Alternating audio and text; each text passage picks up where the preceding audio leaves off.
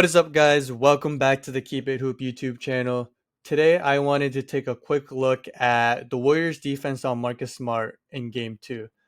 Now, in Game 1, Al Horford, Derek White, and Marcus Smart all played really well on offense. And I think in Game 2, the Warriors did a way better job of limiting those other guys. And that's really important. Now, granted, Jason Tatum struggled in Game 1. Most of the time, the Celtics are going to go through Jason Tatum and Jaylen Brown. And those two are going to combine for anywhere from like 45 to 60, 65 points, right? Those guys are going to get theirs, and you can only make it difficult for them and then just hope that they're missing their shots.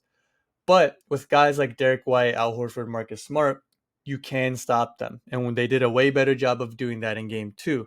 Now, when the Celtics are really dangerous is when on top of the 45 to 60 points they're getting from Tatum and Brown, right? They get 15 from Smart, Horford, and Derek White, and that's another extra 40, 45 points. That's when the Celtics are dangerous.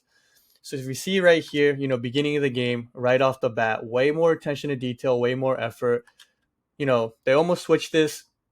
Wiggins, they realized that Smart likes taking that spot up three. Smart actually, kind of reads this well and ends up driving past Wiggins here.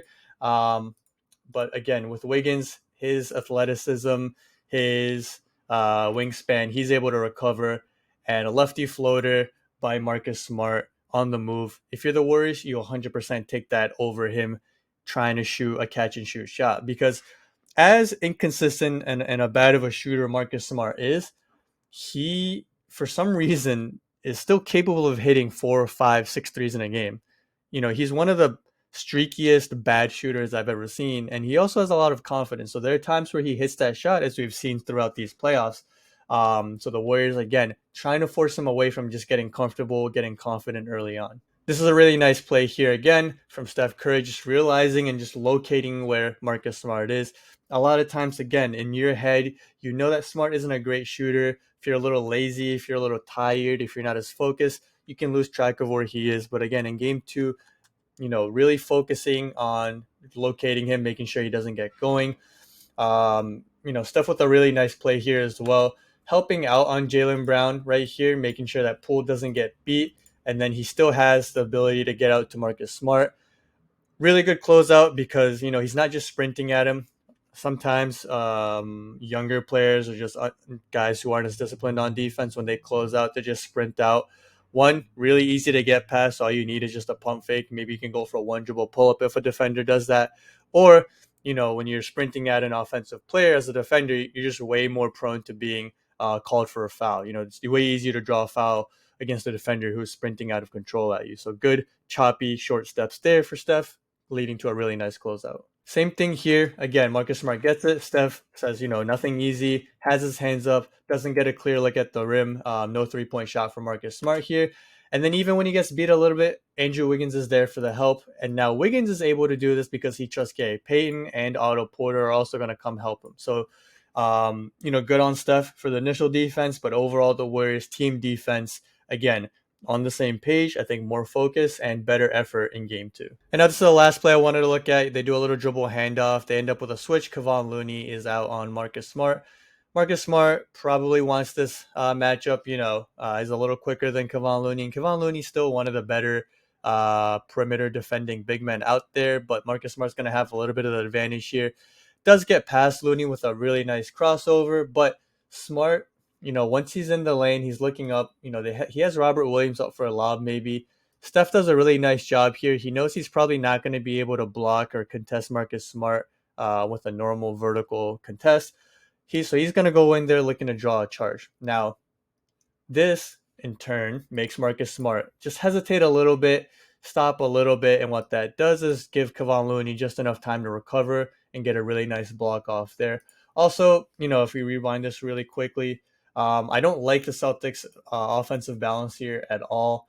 Jaylen Brown is kind of stuck in no man's land, and I will say he still has some times where he's just kind of awkwardly in a position. And we've talked about his ball handling and stuff before. I think overall he's been playing really well in the finals, especially, or just in the playoffs overall, especially in the fourth quarters.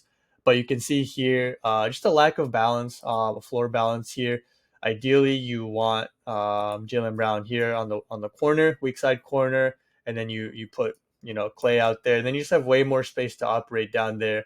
Here in the paint, but it sometimes a little difficult because when someone's going isolation, especially off of a mismatch, things get a little just kind of broken down. You're not necessarily in your sets as much, but you see again when he's driving in here, there's almost four white Warriors jersey here in the paint. So again, not a lot of space for Marcus Smart to operate.